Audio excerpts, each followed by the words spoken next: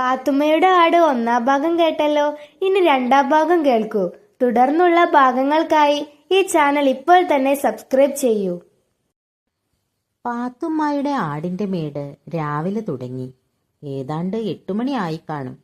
തലയിലും ദേഹത്തുമെല്ലാം എണ്ണ തേച്ചിട്ട് ലങ്കോട്ടി കെട്ടി ഞാൻ കസർത്ത് ചെയ്യുകയായിരുന്നു. അപ്പോൾ മുറ്റത്ത് പിള്ളേരുടെ ഒരു ബഹളം കേട്ടു. ഉള്ളാടത്തിപ്പാറു, ഉള്ളാടത്തിപ്പാറു, വാലേ പിടി, വാലേ പിടി, മുള്ളണത് കണ്ടില്ല, മുള്ളണത് കണ്ടില്ല, കൊമ്പേ പിടി, കൊമ്പേ പിടി. എന്താണ് സംഗതി? ഞാൻ ജനാലയിലൂടെ നോക്കി. വലിയ വിശേഷമൊന്നുമില്ല. പാത്തുമ്മയുടെ ആട് അബിയുടെ ഹാഫ് ട്രൗസറിന്റെ മുൻവശം മുഴുവനും തിന്നുകഴിഞ്ഞു. ബാക്കിയുള്ളതിന് പിടികൂടിയിട്ടുണ്ട്. അബി ആടിന്റെ കഴുത്തിൽ കെട്ടിപ്പിടിച്ചിരിക്കുന്നു. പാത്തുക്കുട്ടി വാലിൽ പിടിച്ച് വലിക്കുകയാണ്. സയ്യിദ് മുഹമ്മദ് കൊമ്പിൽ പിടിച്ചിട്ടുണ്ട്. ആരിഫ അന്തം വിട്ടു നിൽക്കുന്നു. റഷീദും സുബൈദയും മറ്റൊന്നിലും ശ്രദ്ധിക്കാതെ തള്ളവിരലുകൾ വായിലിട്ട് നുണഞ്ഞുകൊണ്ട് മുറ്റത്തിരിക്കുകയാണ്. ലൈല ആടിന്റെ പള്ളയ്ക്ക് പിടിച്ചുകൊണ്ട് അതിനെ ചീത്ത പറയുന്നു. ഉള്ളാടത്തിപ്പാറു, ഉള്ളാടത്തിപ്പാറു. ഞാൻ തോർത്തു ചുറ്റി മുറിയിൽ നിന്ന് വരാന്തയിൽ കയറി മുറ്റത്തിറങ്ങിച്ചെന്ന് ആടിന്റെ ചെവിയിൽ പിടിച്ചിട്ട് അബിയെ വേർപെടുത്തി. അബിയുടെ ട്രൗസറിന്റെ മുൻഭാഗം മാത്രമല്ല, ഒരു പോക്കറ്റും ആട് തിന്നുകളഞ്ഞു. സംഗതി അറിഞ്ഞപ്പോൾ പാത്തുമ്മയുടെ ആട് കുറ്റക്കാരിയല്ല. അബിയുടെ ഹാഫ് ട്രൗസറിന്റെ പോക്കറ്റിൽ വെള്ളയപ്പമുണ്ടായിരുന്നു. ഒന്നവൻ ആടിന് കുറെ കൊടുത്തു. ബാക്കി മുൻവശത്ത് തിരികിയിട്ട് ആടിന്റെ മുമ്പിൽ ചെന്ന് നിന്ന് തിന്നാൻ പറഞ്ഞു.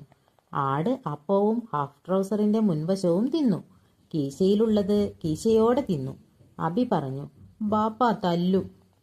അത് നേരത്തെ ഓർക്കാൻ വയ്യായിരുന്നോ? തല്ലട്ടെ. തെല്ല് കഴിഞ്ഞ് ഞാൻ പറഞ്ഞു, പേടിക്കാനില്ലടാ, ആരും പറയുകയില്ല. പാത്തുക്കുട്ടി, ലൈല, സയ്യിദ് മുഹമ്മദ് എന്നിവരോട് രഹസ്യം പാലിക്കാൻ പറഞ്ഞു. ലൈലയോട് മേലിൽ ആരെയും ഉള്ളാടത്തിപ്പാറു എന്ന് വിളിക്കരുതെന്നും ഉപദേശിച്ചു. കസർത്ത് മുഴുമിപ്പിച്ചിട്ട് ഞാൻ നദിയിൽ കുളിക്കാൻ പോകാൻ ഒരുങ്ങി. സയ്യിദ് മുഹമ്മദിനെയും പാത്തുക്കുട്ടിയെയും വിളിച്ചു. അപ്പോൾ അബിയും ലൈലായും കൂടി വന്നു.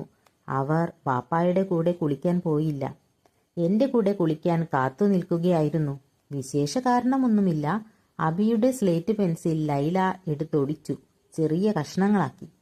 ഈ കുറ്റത്തിന് അബിയെയും ലൈലയെയും ബാപ്പ കുളിപ്പിക്കാൻ കൊണ്ടുപോയില്ല. പാത്തുക്കുട്ടിക്കും അബിക്കും സ്ലേറ്റ് പെൻസിൽ വാങ്ങിക്കാൻ ഹനീഫ അരയണ കൊടുത്തിട്ടുണ്ട്. ഞാൻ എല്ലാവരെയും മൂവാറ്റുപുഴ ആറ്റിൽ കൊണ്ടുപോയി കുളിപ്പിച്ച് കരയ്ക്ക് നിർത്തി. എന്നിട്ട് മുങ്ങാങ്കുഴിയിട്ടും പതച്ചും അങ്ങനെ കുളിക്കുകയായിരുന്നു. അപ്പോൾ അബിയുടെ ഒരു വിളി കേട്ടു, വല്യ മൂത്താപ്പാ. ഞാൻ തിരിഞ്ഞു നോക്കി. ആരും വെള്ളത്തിൽ ഇറങ്ങിപ്പോയിട്ടില്ല. ഞാൻ നീന്തി കടവിൽ ചെന്നിട്ട് ചോദിച്ചു, എന്താടാ? അബി പറഞ്ഞു, എനിക്ക് ട്രൗസർ ഇല്ല. അവൻ വ്യക്തമാക്കി, നാണം മറയ്ക്കാൻ അവനൊന്നുമില്ല. പരിപൂർണ നഗ്നനായി നാട്ടുവഴി കൂടെ അവൻ എങ്ങനെ പോകും? ഞാൻ ചോദിച്ചു, നീ വന്നതിങ്ങനെയല്ലേ? അതെല്ലാം ശരി, അതൊക്കെ അപ്പോൾ. ഇപ്പോൾ അബി അവന്റെ സ്കൂളിൽ പഠിക്കുന്ന ഒരുവനെ കടത്തുവഞ്ചിയിൽ കണ്ടു. അവൻ മുണ്ടുടുത്തിട്ടുണ്ട്. അതുകൊണ്ട് അബിയുടെ നാണം മറയ്ക്കാൻ ഞാനൊരു തോർത്തു കൊടുത്തു. അപ്പോൾ പാത്തുക്കുട്ടിക്കും നാണസംബന്ധിയായ ആവശ്യം വന്നു. അവൾക്കും വേണം മുണ്ട്. ഞാൻ കുളി കഴിഞ്ഞ് എന്റെ മുണ്ടെടുത്തുടുത്ത് തോർത്തുരിഞ്ഞ് നനച്ച് പിഴിഞ്ഞ് തല തുവർത്തിയിട്ട് തോർത്ത് വെള്ളത്തിൽ മുക്കിപ്പിഴിഞ്ഞ് പാത്തുക്കുട്ടിയെ ഉടുപ്പിച്ചു. ലൈലാക്കും സയ്യിദ് മുഹമ്മദിനും നാണം തോന്നി തുടങ്ങിയിട്ടില്ല. ഉണ്ടായിരുന്നെങ്കിൽ എന്തു ചെയ്യുമായിരുന്നു? എന്റെ പക്കൽ 2 തോർത്തേ ഉണ്ടായിരുന്നുള്ളൂ. വെള്ളമണൽ നിറഞ്ഞ റോഡിലൂടെ ഞങ്ങൾ ചെന്നു. ഞങ്ങൾ ചെല്ലുമ്പോൾ വീട്ടിൽ അബ്ദുൾ ഖാദറും ഹനീഫായും തമ്മിൽ ശണ്ട കൂടുകയാണ്. ശണ്ടയ്ക്ക് കാരണം വിശേഷിച്ചൊന്നുമില്ല. ഇന്നലെ ഹനീഫ വീട്ടിൽ റേഷൻ വാങ്ങാൻ ഒന്നും കൊടുത്തിട്ടില്ലെന്ന് അബ്ദുൾ ഖാദർ അറിഞ്ഞു. അത് ഹനീഫയ്ക്കത്ര പിടിച്ചില്ല. അതുകൊണ്ട് അവനും കുടുംബവും വീട്ടിൽ നിന്ന് പോകാൻ ഒരുങ്ങുകയാണ്. ഇറങ്ങടി ഐശോമ്മ, ഹനീഫ വിളിച്ചു പറഞ്ഞു. പുള്ളേരെയും വിളി. അവനും അവന്റെ കുടുംബവും കൂടി അവരുടെ വാഴത്തോട്ടത്തിൽ വല്ല ഓലക്കീറും കുത്തിച്ചാരി താമസിക്കാൻ പോവുകയാണ്. ഞാൻ നോക്കുമ്പോൾ അവൻ ഉടുത്തിരിക്കുന്ന മുണ്ട് എന്റേതാണ്. കട്ടത് തന്നെ. ഞാൻ അടുത്ത് ചെന്ന് ചോദിച്ചപ്പോൾ പറഞ്ഞു നിൽക്കാൻ സമയമില്ല, ഒത്തിരി ജോലിയുണ്ട് എന്നും പറഞ്ഞ് അവൻ നടന്നു. പഠിക്കൽ ചെന്ന് അവൻ പറഞ്ഞു, എനിക്ക് ഈ വീട്ടിൽ യാതൊരു അവകാശവും ഇല്ലാതായി തീർന്നിട്ടുണ്ട്. ഹനീഫ അവന്റെ തയ്യൽ കടയിലേക്ക് പോയി. ഞാൻ അബ്ദുൾ ഖാദറിനോട് ചോദിച്ചു, എടാ നിനക്കെന്നെ ഈ ബഹളത്തിൽ നിന്നൊന്ന് രക്ഷിക്കാൻ പാടില്ലേ? ആ ഇൻസ്പെക്ടറോട് ഒന്ന് മാറിത്തരാൻ ഒരിക്കൽ കൂടി നിനക്കൊന്ന് പറയാൻ പാടില്ലേ? അബ്ദുൾ ഖാദർ പറഞ്ഞു. ഇവിടെ ഇക്കാക്കിക്ക് എന്താ പോരാതുള്ളത്? എണ്ണ, നെയ്യ്, പാല്, ചായ, ബീഡി, തീപ്പെട്ടി, ഏത്തപ്പഴം, ടൊമാറ്റോ, കൈതച്ചക്ക, ഞാലിപ്പൂവൻ പഴം, ചുണ്ടില്ലാ കണ്ണൻ പഴം, ചക്കപ്പഴം, ഊണ്, കൂട്ടുകിടക്കാൻ ഉമ്മ, ഞാൻ, അബു, കൊച്ചുണ്ണി. ഇനി എന്താ വേണ്ടത്? അബ്ദുൾ ഖാദർ ഒരു സ്കൂൾ മാസ്റ്ററായിരുന്നു, വലിയ വ്യാകരണകാരനും. പണ്ടൊരിക്കൽ അവൻ ഉമ്മായോട് പറഞ്ഞു, മാതാവേ, കുറച്ച് ശുദ്ധജലം തന്നാലും. അന്ന് ഉമ്മ ചോറ് വിളമ്പുന്ന വലിയ തവി കൊണ്ട് തല്ലി. ബാപ്പ അവനെ ആശ്വസിപ്പിച്ചു. നീ അങ്ങനെ പറഞ്ഞാ മതിയടാ, നീ എന്നെ എന്തെന്ന് വിളിക്കും? പിതാവെന്ന്. അത് കേട്ടപ്പോൾ തവി കൊണ്ട് ഉമ്മ ഒന്നുകൂടി കൊടുത്തു. പിന്നെ അവൻ ഉമ്മ എന്നും ബാപ്പ എന്നുമേ വിളിച്ചിരുന്നുള്ളൂ. ചട്ടൻ. അവനെയും എന്നെയും ഒരുമിച്ച് ഒരു ദിവസമാണ് സ്കൂളിൽ കൊണ്ടുപോയി ആക്കിയത്. അന്ന് അത് മുഹമ്മദൻ സ്കൂളായിരുന്നു. ഉമ്പിയണ്ണൻ എന്നു പേരായൊരു ഭക്തനാണ് ആ സ്കൂൾ പണിയിച്ചത്. പുതുശ്ശേരി നാരായണപിള്ള സാർ ആയിരുന്നു അന്ന് 1-ാം ക്ലാസ്സിലെ വാദ്യാര്. അദ്ദേഹമാണ് എനിക്കും അബ്ദുൾ ഖാദറിനും ആ എന്ന് എഴുതി തന്നത്. അബ്ദുൾ ഖാദർ സ്കൂളിലും വെളിയിലും പോക്കിരിയായിരുന്നു. വീട്ടിൽ ചെല്ലപ്പിള്ള. ഞാൻ സ്കൂളിൽ മര്യാദക്കാരനായിരുന്നു. നാരായണപിള്ള സാർ അവനെ വളരെ തല്ലിയിട്ടുണ്ട്. അബ്ദുൾ ഖാദർ ഇടതുകാലിൽ നിന്നു വലത്തെ ചട്ടൻകാൽ ചുറ്റും വീശി കറക്കിയായിരുന്നു പിള്ളേരെ തടഞ്ഞിരുന്നത്. അങ്ങനെ എന്നെയും അടിച്ചിട്ടുണ്ട്. എന്നിട്ടവൻ വലതുകാലിന്റെ വെള്ള മൂക്കിനു നേരെ കൊണ്ടുവന്നിട്ട് ചോദിക്കും, ഇങ്ങനെ കാണിക്കാമോ? സാധ്യമല്ല. എങ്ങനെ സാധിക്കും? മറ്റുള്ളവരുടെ കാല് കുഴകുഴാന്ന് കിടക്കുകയാണോ? മറ്റാർക്കും ഈ അഭ്യാസം സാധ്യമല്ല. എന്നാ പിന്നെ മണത്തി നോക്ക്. അവന്റെ ചട്ടൻകാലിന്റെ വെള്ള മറ്റുള്ളവർ മണപ്പിച്ചു നോക്കണം, അല്ലെങ്കിൽ ഇടിക്കും. പിള്ളേര് ദൂരെ മാറി നിന്നാൽ അവൻ തന്നെത്താൻ നെഞ്ചത്തടിച്ച് കരയും. അവന്റെ ചട്ടൻകാല് കാരണം പൊതുജനങ്ങൾക്ക് അവന്റെ പേരിൽ ഒരു അനുകമ്പയുണ്ട്. അവനെന്ത് പരമാവധി ചൂഷണം ചെയ്യും. അവൻ എന്ത് കാണിച്ചാലും മറ്റുള്ളവർക്കാണ് കുറ്റം. പിള്ളേര് അവന്റെ ഇടി കൊള്ളാൻ നിന്നു കൊടുക്കും. ഞാനും നിന്നു കൊടുത്തിട്ടുണ്ട്.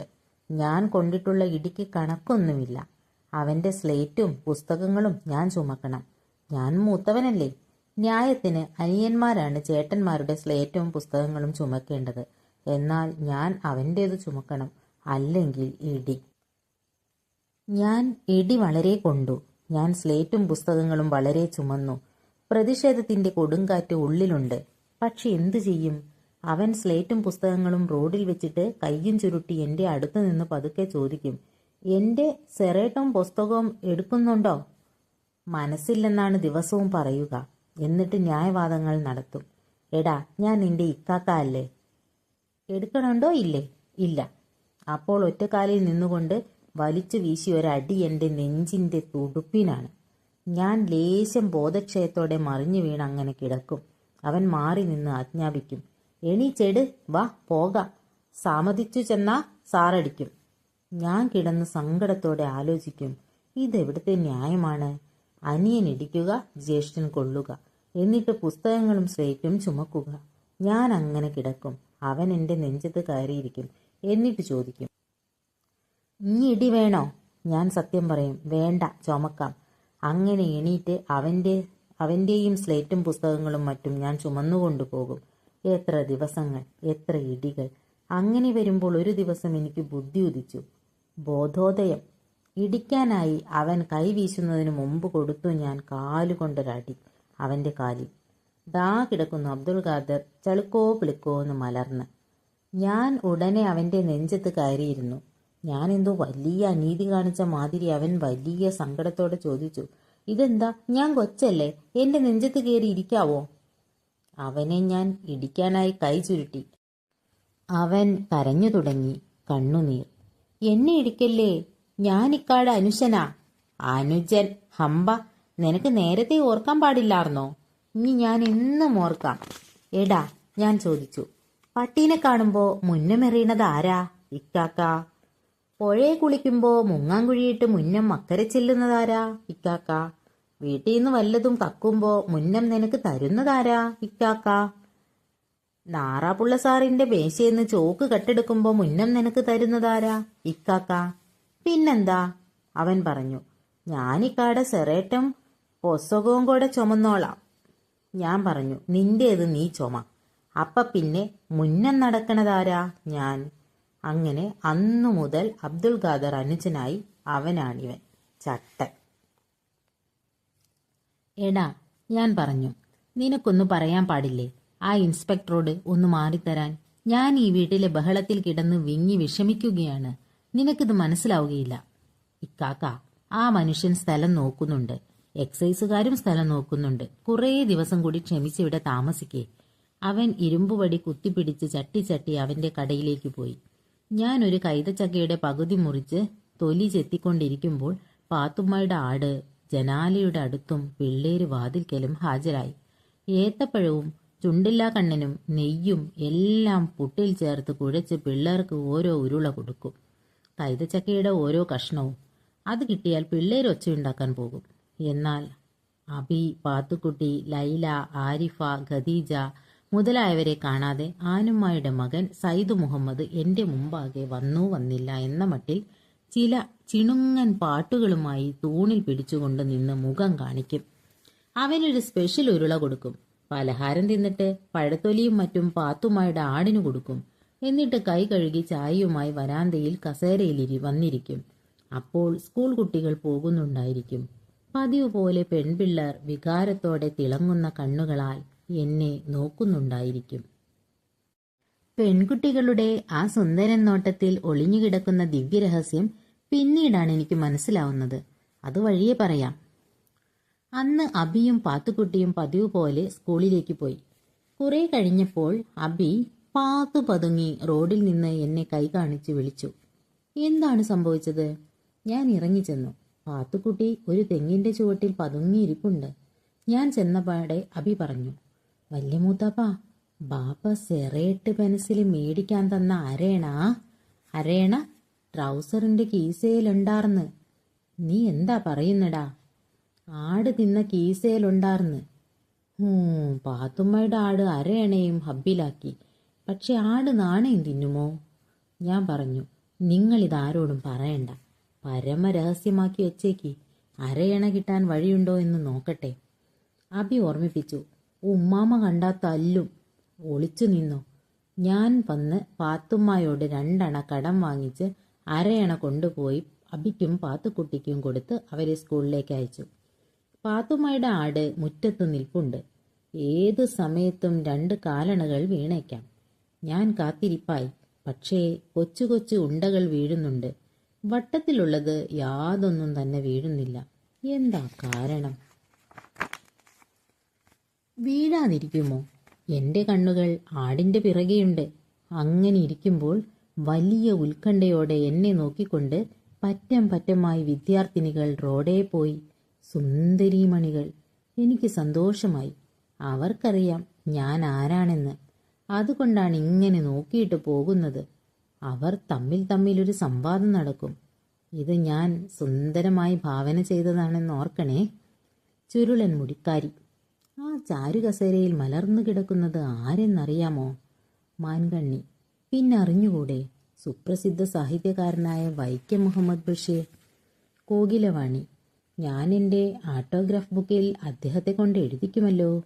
പൂച്ചക്കണ്ണി. അതയാളൊന്നുമല്ല. ആ ചെറ്റക്കുടിലു പോലത്തെ വീട് കണ്ടില്ലേ? മധുവാണി. പോടി പൂച്ചക്കണ്ണി, അദ്ദേഹമാണത്. കാണണോ ഇന്നെന്റെ ഓട്ടോഗ്രാഫ് ബുക്കിൽ അദ്ദേഹത്തെ കൊണ്ട് എഴുതിക്കുന്നത്? പൂച്ചക്കണ്ണി. ഓടി, എന്നാലൊന്ന് കാണാമല്ലോ. അങ്ങനെ അന്നുച്ചയ്ക്ക് ഊണും കഴിഞ്ഞ് സ്കൂളിലേക്ക് പോകുന്ന വഴി അവർ എൻ്റെ വീട്ടിലേക്ക് വന്നു. അപ്പോൾ വേറൊരു സംഭവം ഓർമ്മിച്ചു. ഞാൻ മറ്റേ കെട്ടിടത്തിലാണ് അന്ന് താമസിക്കുന്നത്. ഞാൻ വന്ന വിവരമറിഞ്ഞ് ഹൈസ്കൂൾ ഹെഡ്മാസ്റ്റർ വന്നു പറഞ്ഞു, സ്കൂൾ വാർഷികമാണ്, ഞാനൊന്ന് പ്രസംഗിക്കണം. കുട്ടികൾക്കൊരു ഉപദേശം കൊടുത്താൽ മതി. ഞാൻ പ്രസംഗിക്കാറില്ല. ആ സമയത്ത് ഞാനിവിടെ ഉണ്ടാവുകയുമില്ല. അദ്ദേഹം പറഞ്ഞു, ഞങ്ങൾ നോട്ടീസിൽ പേരച്ചടിക്കും. ഉണ്ടായെങ്കിൽ വന്നാൽ മതി. നോട്ടീസ് അടിച്ചു. പേരുമുണ്ട്. ഞാൻ എന്തു ചെയ്യും? മനസമാധാനത്തോടെ വല്ലതും എഴുതാൻ വന്ന ആളാണ്. അങ്ങനെ ചെടികളുടെ ഇടയിൽ ഞാൻ നിൽക്കുമ്പോൾ ഗേറ്റിന്റെ അഴികളുടെ ഇടയിൽ 2 കണ്ണുകൾ. ചുരുണ്ട മുടിയുള്ള ഒരു പെൺകുട്ടി. ഞാൻ വിചാരിച്ചു, വല്ല മുല്ലപ്പൂവിനോ പിച്ചിപ്പൂവിനോ ആയിരിക്കും. ഞാൻ ചോദിച്ചു, എന്താ? അവൾ പറഞ്ഞു, നോട്ടീസിൽ പേരടിച്ചിട്ടുണ്ട്. ഞങ്ങളോട് പ്രസംഗിക്കണം, വരാതിരിക്കരുത് കേട്ടോ. അപ്പോൾ ഉണ്ടെങ്കിൽ വരാം. പിന്നെ ദിവസവും അവളും മറ്റു പെൺകുട്ടികളും കൂടി ഗേറ്റിനടുത്ത് വന്ന് വിളിച്ചു പറയും, വരാതിരിക്കരുത് കേട്ടോ. എന്നാൽ ആനിവേഴ്സറിയുടെ തലേ ദിവസം ഞാൻ ഒറ്റ പോക്ക് കൊടുത്തു. പെട്ടിയും കിടക്കയും ഒന്നും എടുക്കാതെയാണ്, ചുമ്മാ വെറും കൈയോടെ. ഉമ്മായോട് മാത്രം പറഞ്ഞു. എന്നിട്ട് വാർഷിക മഹോത്സവം കഴിഞ്ഞതിൻ്റെ പിറ്റേ ദിവസം ഞാൻ വന്നു. അന്ന് തന്നെ ചുരുണ്ടമുടുക്കാരിയും മറ്റും വന്ന് ചോദിച്ചു, എന്താണ് ഈ കാണിച്ചത്? ഞാൻ പറഞ്ഞു, ഉണ്ടെങ്കിൽ വരാമെന്നല്ലേ പറഞ്ഞിരുന്നത്. നല്ല പുള്ളിയാ. അതങ്ങനെ പോയി. പടി കടന്നു വരുന്ന പെൺകുട്ടികളിൽ ആ ചുരുളൻ മുടിക്കാരി ഉണ്ടോ എന്ന് ഞാൻ നോക്കി. ഇല്ല, എല്ലാവരും വലുതായിപ്പോയിരിക്കണം. എത്ര വേഗമാണ് ഈ പെൺപിള്ളേര് വലുതാവുന്നത്. ഞാൻ അവരുടെ ഓട്ടോഗ്രാഫിയിൽ എഴുതാനായി പേനയെടുക്കാൻ വിചാരിച്ചു. ഉടനെ തോന്നി, വരട്ടെ, കുറേ നേരം വന്നു നിൽക്കട്ടെ അവര്. അവർ വന്നു. എന്നെ നോക്കിയില്ല. അവർ നേരെ ചാമ്പമരത്തിന്റെ ചുവട്ടിൽ ചെന്ന് ഉമ്മായോട് എന്തോ പറഞ്ഞിട്ട് എന്തോ കൊടുത്തു. ഉമ്മ തുണിത്തുമ്പിൽ നിന്ന് ഒരു കുന്നു ചാമ്പങ്ങായെടുത്ത് അവർക്ക് കൊടുത്തു. അവർ ഓരോന്ന് അവിടെ നിന്ന് കടിച്ചു തിന്നുകൊണ്ട് ചാമ്പമരത്തിലേക്ക് കൊതിയോടെ വായിൽ വെള്ളം മൂറിച്ചുകൊണ്ട് നോക്കി. കൊതിച്ചി കഴുതകൾ. ഉമ്മായുടെ വൃത്തികെട്ട തുണിത്തുമ്പിൽ കെട്ടിയിരുന്ന ചാമ്പങ്ങയാണ് അവർ കൊതിയോടെ തിന്നുന്നത്. എന്നാൽ വൃത്തിയുള്ള എന്നെ നോക്കിക്കൂടെ കഴുതക്കൂമ്പാരങ്ങളെ? ഒരു ഞെട്ടലോടെ എനിക്ക് രഹസ്യങ്ങളെല്ലാം വ്യക്തമായി. പെൺപിള്ളേര് നോക്കിയിരുന്നത് എന്നെയായിരുന്നില്ല, ചാമ്പങ്ങയായിരുന്നു. കൊതിച്ചികൾ. പെൺകുട്ടികളെല്ലാം ചാമ്പങ്ങയുമായി പോയപ്പോൾ ഞാൻ ഉമ്മായോട് ചോദിച്ചു, അവരെന്താ ഉമ്മ തന്നത്? ഉമ്മ പറഞ്ഞു, ഒരണ. ചാമ്പങ്ങ ആ പെൺപിള്ളേർക്ക് വിൽക്കുകയായിരുന്നോ? പിന്നല്ലാതെ. ഒരണയ്ക്ക് എത്ര കൊടുത്തു? 20. കൊള്ളാം. ഞാൻ എത്ര 20 പാത്തുമ്മയുടെ ആടിനെ തീറ്റിയിരിക്കുന്നു. ആ പെൺപിള്ളേര് എന്നെ നോക്കാത്തതിലുള്ള അനാസ്ഥ എന്നെ ഇരുത്തി ചിന്തിപ്പിച്ചു. ആ ചാമ്പമരം ആരാ നട്ടുവളർത്തിയത്? ഉമ്മായോട് ചോദിച്ചു. ഉമ്മ പറഞ്ഞു, ഇതു നീ തളിയാക്കിയെന്ന് കുരു കൊണ്ടുവന്ന് നട്ടുപിടിപ്പിച്ചതാ. തിരിഞ്ഞോ? തളിയാക്കൽ എന്ന ഒരു ജാക്കബിയറ്റ് ക്രിസ്ത്യാനി കുടുംബം അടുത്തുണ്ട്.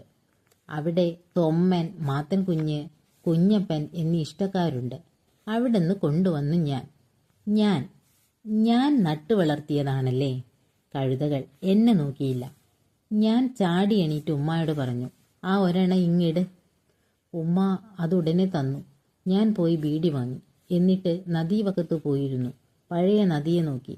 എന്നെ നോക്കിയിട്ടില്ലാത്ത ആ കൊതിച്ചി പെൺകുട്ടികളെ ഓർത്തു പുകവിട്ടു. ഫൂ. പിന്നെ ദിവസവും പെൺപിള്ളേർ എൻ്റെ ചാമ്പങ്ങാമരത്തെ നോക്കും. അതിൽ ഇറിഞ്ഞിലുപോലെ ചാമ്പങ്ങ കിടപ്പുണ്ട്. ഞാൻ തന്നെത്താൻ പറയും, കഴുതകളെ നോക്കിക്കോ, എൻ്റെ ചാമ്പമരമാണ്. ഈ ഞാൻ നട്ടുവളർത്തിയതാണ്. കഴുതകൾ. അവരോടെങ്ങനെ പ്രതികാരം ചെയ്യും? കസേരയിൽ അങ്ങനെ കാത്തിരിപ്പായി. മുറിയിൽ പോയി കിടക്കാറൊന്നുമില്ല. അങ്ങനെ ഇരിക്കുമ്പോൾ അവർ വന്നു. ഞാൻ എണീറ്റു ചെന്ന് വളരെ അവജ്ഞയോടെ ചോദിച്ചു, എന്തു വേണം? അരയണയ്ക്ക് ചാമ്പങ്ങ. കാശെട്. കാശു വാങ്ങി ഒക്കടയിൽ തിരുകി. എന്നിട്ട് വളരെ ചെറുതു നോക്കി 10 എണ്ണം കൊടുത്തു. ഇതെന്താ, എല്ലാം ചെറുതാണല്ലോ. ആ വല്യമ്മയാണെങ്കിൽ വലുതു തരുമല്ലോ. ആ വല്യമ്മക്ക് ഈ വൃക്ഷത്തിന്മേൽ വലിയ അവകാശമൊന്നുമില്ല. അതുകൊണ്ടാണ് അവരങ്ങനെ തന്നത്. കഴുതകൾ. അന്നാ പിന്നെ ഒന്നു കൊടുത്താ. ഈ വൃക്ഷം അധ്വാനിച്ച് നട്ടുപിടിപ്പിച്ച ആൾക്ക് അതിഷ്ടമല്ല. ഒരെണ്ണം പോലും ഞാൻ കൂടുതൽ കൊടുത്തില്ല. എന്തൊരു മനുഷ്യര് എന്നും പറഞ്ഞ ആ കൊതിച്ചികൾ പോയി. പെരും വയറികൾ. എന്നെ ഒന്നും നോക്കാൻ പാടില്ല. ലജ്ജയില്ലാതെ എൻ്റെ ചാമ്പമരത്തെ നോക്കാം. ഇങ്ങനെ ഞാൻ ചാമ്പങ്ങ വിൽക്കുമ്പോൾ ഉമ്മ വന്ന് കാശ് ചോദിക്കും. ഞാൻ ചോദിക്കും, എന്തിന്? ഉമ്മാക്ക് ഈ ചാമ്പവൃക്ഷത്തിന്മേൽ എന്തൊരവകാശമാണുള്ളത്? ഇത് എൻ്റെ അധ്വാനത്തിൻ്റെ ഫലമാണ്. എൻ്റെ ചോരയാണ് ഇതിൽ ചാമ്പങ്ങയായി കിടക്കുന്നത്. ഉമ്മ ഇത് എത്ര കൊല്ലങ്ങളായി വിൽക്കുന്നു? ആ പണമൊക്കെ എവിടെ? ഉമ്മ തോറ്റവിടെ നിൽക്കുകയാണ്. ഞാൻ വിട്ടില്ല. എന്നിട്ട് തൊട്ടതിനൊക്കെ രൂപ. അത് വാങ്ങണം, ഇത് വാങ്ങണം. എത്ര രൂപ? ആരാ ഇരുമ്പൻ പുളി നട്ടത്? മുറ്റത്തിൻ്റെ ഒരു വശത്ത് വലിയ ഒരു ഇരുമ്പൻ പുളിയുണ്ട്. വേരു മുതൽ ഇറിഞ്ഞിലു പോലെ തന്നെ പച്ച നിറത്തിൽ പുളികളങ്ങനെ പൊതിഞ്ഞു കിടക്കുകയാണ്. അതും ഉമ്മ പറിച്ച് വിൽക്കാറുണ്ട്. അതും ഞാൻ നട്ടുപിടിപ്പിച്ചതല്ലേ. ഉമ്മ പറഞ്ഞു, അത് നിന്റെ ബാപ്പ നട്ടുപിടിപ്പിച്ചതാ. ഞാൻ ഒത്തിരി വെള്ളം കോരിയിട്ടുണ്ടതിന്. അപ്പോൾ അതിൻ്റെ ഉടമസ്ഥാവകാശം നമുക്കില്ല. പോട്ടെ. ഉമ്മ കെറുവിച്ച് അപ്പുറത്തേക്ക് പോയി. ഞാൻ ആനുമ്മയെ വിളിച്ച് ഒരു ചായ കൊണ്ടുവരാൻ പറഞ്ഞു. ആനുമ്മ അടുത്ത വീട്ടിൽ ചെന്നൊരു പയ്യനെ വിട്ട് ചായ കൊണ്ടുവരുവിച്ചു തന്നു. ഞാൻ അതും കുടിച്ച് ഒരു ബീഡിയും വലിച്ച് അങ്ങനെ രസത്തിലിരിക്കുമ്പോൾ വരുന്നു ഒരു അഞ്ചനക്കറുമ്പിൽ. 10-16 വയസ്സു കാണും. ചാമ്പങ്ങയ്ക്കു തന്നെ. കാലണക്കാരിയോ അരയണക്കാരിയോ കഴുതയ്ക്ക് ചെറുതേ കൊടുക്കുകയുള്ളൂ. പക്ഷേ അവൾ ചാമ്പ നിൽക്കുന്ന ഭാഗത്തേക്ക് നോക്കിയില്ല. അവൾ നേരെ എൻ്റെ അടുത്ത് വന്ന് തൊഴുതു. എന്നിട്ട് പറഞ്ഞു, ഞാൻ സാറിനെ അറിയും. സാറിൻ്റെ എല്ലാ പുസ്തകങ്ങളും വായിച്ചിട്ടുണ്ട്.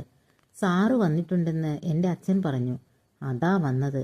എൻ്റെ ഓട്ടോഗ്രാഫ് ബുക്കിൽ എന്തെങ്കിലും ഒന്ന് എഴുതി ഒപ്പിട്ടു തരണം. ഹാ, എൻ്റെ മാനം രക്ഷിക്കാൻ വന്ന സുന്ദരിയായ കറുമ്പി, നിനക്ക് മംഗളം.